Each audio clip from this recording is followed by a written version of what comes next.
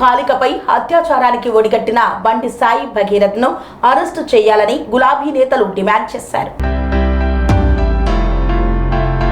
Minor బాలికపై అత్యాచారానికి ఒడిగట్టిన ఉన్మాది బండి సాయి భగీరథ్ను వెంటనే పోలీసులు అరెస్టు చేసి కటకటాలకు పంపించాలని బీఆర్ఎస్ పార్టీ రాష్ట్ర నాయకులు వ్యాళ్ల హరీష్ రెడ్డి డిమాండ్ చేశారు. గోదావరికని పట్టణ ప్రధాన చౌరస్తా వద్ద గులాబీ పార్టీ శ్రేణులు పెద్ద ఎత్తున ఆందోళనకు దిగారు. సాయి భగీరథ్ చిత్రపటానికి చెప్పుల దండ వేసి చెప్పులతో కొట్టారు. అలాగే కేంద్ర మంత్రి బండి సంజయ్ చిత్రపటంపై షేమ్ షేమ్ అంటూ గీతలు గీశారు. ఈ సందర్భంగా పోలీసులకు పార్టీ శ్రేణులకు మధ్య ఉద్రిక్తత పరిస్థితి నెలకొంది.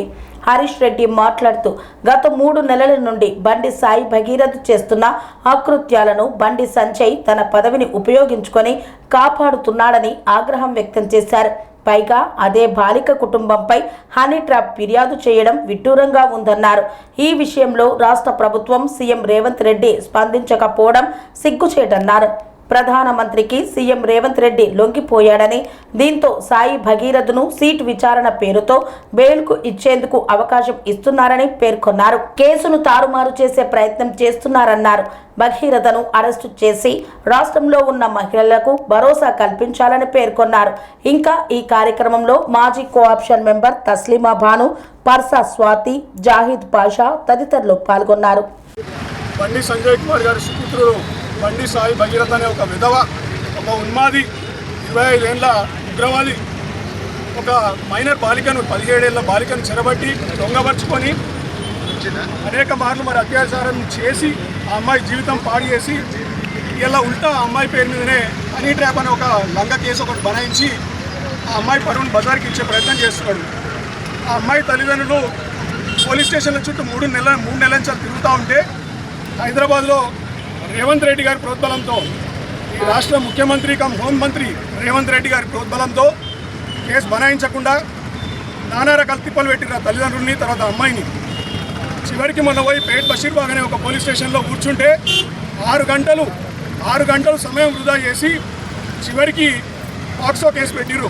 పాక్సో కేసులో విచారణ నిమిత్తమై 24 గంటల్లో ఆ దొంగని, ఆ తీవ్రవాదిని, ఆ ఉన్మాదిని అరెస్ట్ చేయాల్సింది ఉండే. 24 గంటలు అయిపోయింది. ఇలా 6వ రోజుగా వస్తుంది. 6 రోజులలో ఇంతవరకు ఆ నిందితుల్ని ఇంతవరకు అరెస్ట్ చేయలేదు. చేయకపోగా ఉల్టా బాధితురాలి ఫోటోలు, బాధితురాలి కుటుంబంకి సంబంధించినటువంటి డీటెయిల్స్ అన్నీ సోషల్ మీడియాలో సర్క్యులేట్ చేస్తూ విక్టిమ్ షేమింగ్ చేస్తూ సిగ్గు లేకుండా బండి సంజయ్ తన పదవిని ఉపయోగించుకొని, తన కేంద్ర హోంమంత్రి పదవిని ఉపయోగించుకొని మరి రాష్ట్రంలో ఉన్నటువంటి రేవంత్ రెడ్డి అండదండలతో ఇలా పోలీసులపై ఒత్తిడి తెచ్చి ఆ తీవ్రవాదిని, ఆ ఉన్మాదిని అరెస్ట్ చేయకుండా బండి సంజయ్ అడ్డుకుంటున్నాడు. కేవలం తన కొడుకు కాబట్టి తన పదవిని ఉపయోగించుకొని ఇలా మహిళలపై అఘాయిత్యం చేస్తున్నటువంటి ఒక దుర్మార్గుడిని ఇలా ఇంట్లో పెట్టుకొని కాపాడుతున్నాడు. ఈ రాష్ట్ర ప్రభుత్వానికి సిగ్గుందా అని అడుగుతుంది. ఇలా ఈ హోంమంత్రి రేవంత్ రెడ్డి గారికి సిగ్గుందా అని చెప్పేసి నేను ఇలా ప్రశ్నిస్తున్నాను. 6 రోజులు అవుతుంది అండి. పోక్సో చట్టం ఏం చెప్తుంది? ఇలా సుప్రీంకోర్టు 24 గంటలు అరెస్ట్ చేసి పారుదోబాలే. 6 రోజులు అవుతుంది. ఇంతవరకు సిగ్గు లేదా ఈ ప్రభుత్వానికి? ఇలా సిట్టు విచారణకై వాళ్ళు ఒక సిట్ వేసింది. ఇలా పోక్సో చట్టంలో సిట్ వేయాలని ఉంది. ఎక్కడైనా పోక్సో చట్టం ప్రకారం సిట్ వేయొద్దు, డైరెక్ట్ అరెస్ట్ చేసి పారేయాలి. ఫస్ట్ అరెస్ట్ చేసినాక విచారణ చేయాలి. ఇలా విచారణ లేకుండా ఏం లేకుండా సిట్ వేసి కాలయాపన చేస్తూ వాడు బెయిల్ తెచ్చుకోవడానికి అవకాశం ఇస్తుంది. దీనంతటికీ కారణం ఏంటంటే రేవంత్ రెడ్డి యొక్క చేతగానితనం, రేవంత్ రెడ్డి యొక్క లొంగిపోవుడుతనం. రేవంత్ రెడ్డి నరేంద్ర మోడీ గారి దగ్గర లొంగిపోయిండు, బండి సంజయ్ దగ్గర లొంగిపోయిండు. ఇలా రాష్ట్రంలో బీజేపీ నాయకుల సైడ్ నుండి మహిళలకు రక్షణ కరువైంది. ఇలా మేము డిమాండ్ చేస్తున్నాం, బండి సంజయ్ ఖచ్చితంగా తన పదవి నుండి రాజీనామా చేయాలి. తన పదవి నుండి రాజీనామా చేస్తేనే ఆ బాలికకు న్యాయం జరుగుతుంది. ఇప్పటిదాకా ఆ విధవని అరెస్ట్ చేయకపోవడానికి గల కారణం ఏందో ఇలా పోలీసులు బయట పెట్టాలి. సిట్టు విచారణ కూడా వాడు రాలేదు. ఇలా సిట్టు విచారణకు పిలిస్తే ఆ దుర్మార్గుడు, ఆ ఉన్మాదిగాడికి ఇలా సిట్టు విచారణ కూడా రాలేదు. ఇలా లోపాయికారి ఒప్పందం ఏం చేసుకున్నారు బండి సంజయ్, రేవంత్ రెడ్డి, ఆర్ఎస్ బ్రదర్స్? ఈ రాష్ట్రంలో ఈ బాలిక తరఫున, అనేక మంది మహిళల తరఫున ఇలా గొంతు విప్పి కొట్లాడుతుంది కేసీఆర్ గారు, కేటీఆర్ గారు, హరీష్ రావు గారు, ఈ బీఆర్ఎస్ పార్టీ నాయకులు మేమే. ఇప్పటిదాకా ఒక్కడంటే ఒక్కడు ప్రతిపక్ష నాయకుడు వేరే పార్టీ వాడు ఎవడు కూడా బండి సంజయ్ రాజీనామా కోరలేదు. కేవలం బీఆర్ఎస్ పార్టీయే. ఇంకెప్పుడు రాజీనామా చేస్తారు? ప్రధానమంత్రి గారు We demand you to dismiss Bandi Sanjay from your cabinet right away, because there is a chance of deviating this case using the public office. ఆయన ఆఫీస్ యూజ్ చేసుకొని ఖచ్చితంగా ఈ కేసును తారుమారు చేసే ప్రయత్నం చేస్తాడు. కాబట్టి ఖచ్చితంగా ఆయన దిగిపోవాలి, ఆ విధవని అరెస్ట్ చేయాలి. రాష్ట్రంలో ఉన్నటువంటి మహిళలకు ఒక భరోసా కల్పించాలి.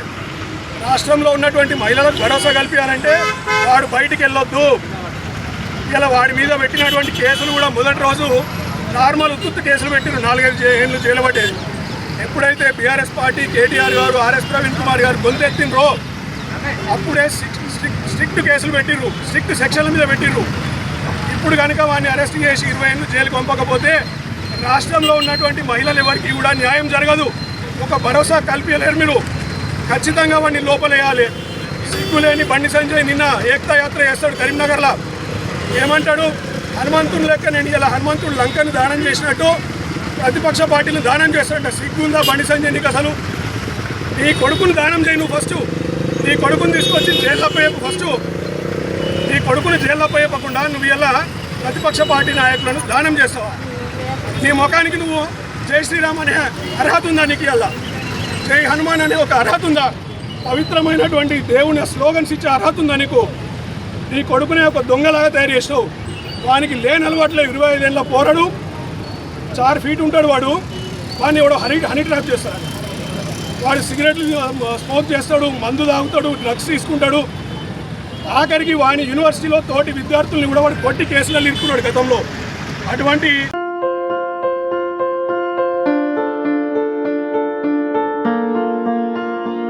సంస్కృతి, సంప్రదాయం, ప్రేమ, ఆప్యాయత, రాజసం ఉట్టిపడే వేడుకలకు అనువైన ప్రదేశం ఎంఎల్ఎన్ కన్వెన్షన్ హాల్. కని విని ఎరుగని రీతిలో జరిగే మీ ఇంటి కళ్యాణ వైభోగానికి అందమైన కళ్యాణ వేదిక ఎంఎల్ఎన్ కన్వెన్షన్ హాల్.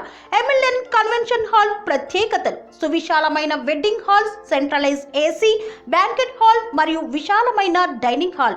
వధువరుల కోసం ప్రత్యేక ఏసీ మరియు నాన్ ఏసీ గదులు. నక్షత్రాల వెలుగులో పచ్చని పచ్చికపై పార్టీల కోసం అనువైన గార్డెన్. ఎంఎల్ఎన్ కన్వెన్షన్ లో సీసీటీవీ పర్యవేక్షణతో పూర్తి భద్రత.